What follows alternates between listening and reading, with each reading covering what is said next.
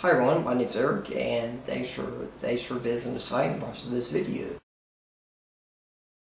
So you can take a look at this video. I'm going to go through the top 5 things. Probably one of these applies to you, and so we'll go from here.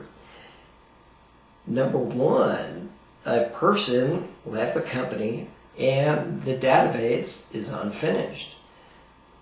Well, that's a good question. The person left the company, the database is unfinished. You want to get the database finished up as fast as possible. The person probably got hired somewhere else, got a better opportunity somewhere, and you need somebody to finish it. Well, I can definitely handle that. I could take the broken piece and mend it or start fix where somebody else left off. I have experience finding out where the way, the methodology they used in the past, and how to revise and how to complete the project. So you can rest assured that it'll be in good hands. I have over 10 years of experience with this, so you're going to be in good hands with it. Okay, the database has a problem, and the original designer doesn't do it anymore. So I've been on a project like this where the original designer actually left, and it doesn't do this type of work anymore, and the database needs to be repaired. So, or somebody may call up the person, the original designer, say, "Hey, my database," they say, I don't do that anymore.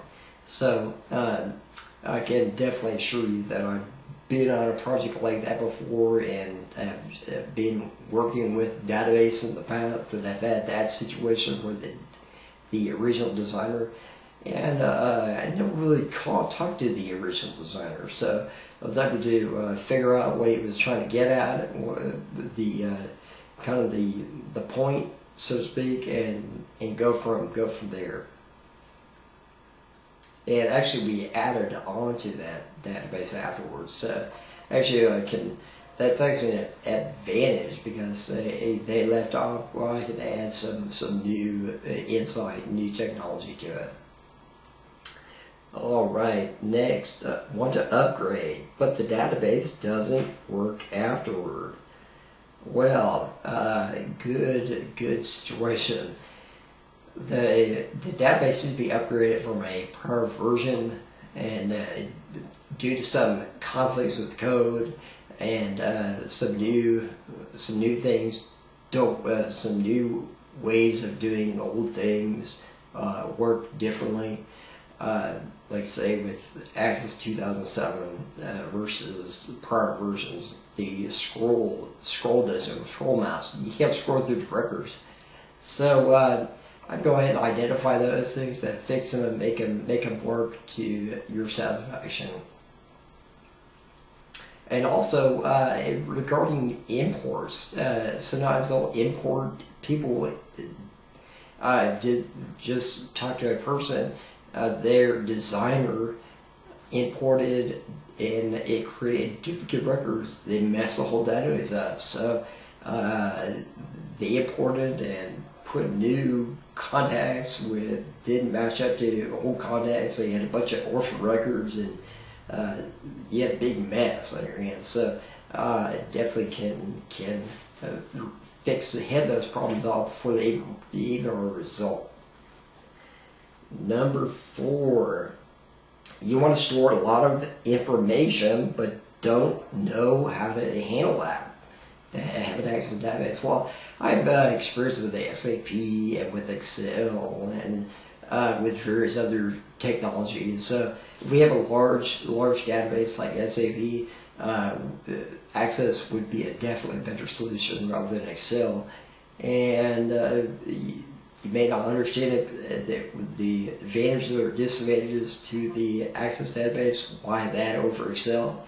Well, you can store more information in Access database. So I would go ahead and I have definitely experience with both of those, so I can kind of ascertain what you're trying to get at and what the best format to put the data in. And I need someone who understands VBA code. the DB is full of it. Okay, well, if you need VBA code and experience, if the database is full of it, a lot of people understand the tables, the queries, the forms, the reports, and all that. But what about the VBA behind it? Well, I understand Access VBA and how to go ahead and add those to buttons or access records, and or to create boundless forms using the VBA. So you're definitely and there's some quirks between Access VBA and Excel VBA. I've used Access and Excel simultaneously to store your data in Access, and then port it over to Excel and create your chart. So go ahead and consider that, and of course, again, let me add this: the Excel VBA is different than Access VBA.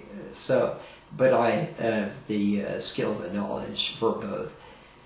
Again, thanks for watching the video, and I hope you got a lot out of it, and I hope I can be involved with Eric's project.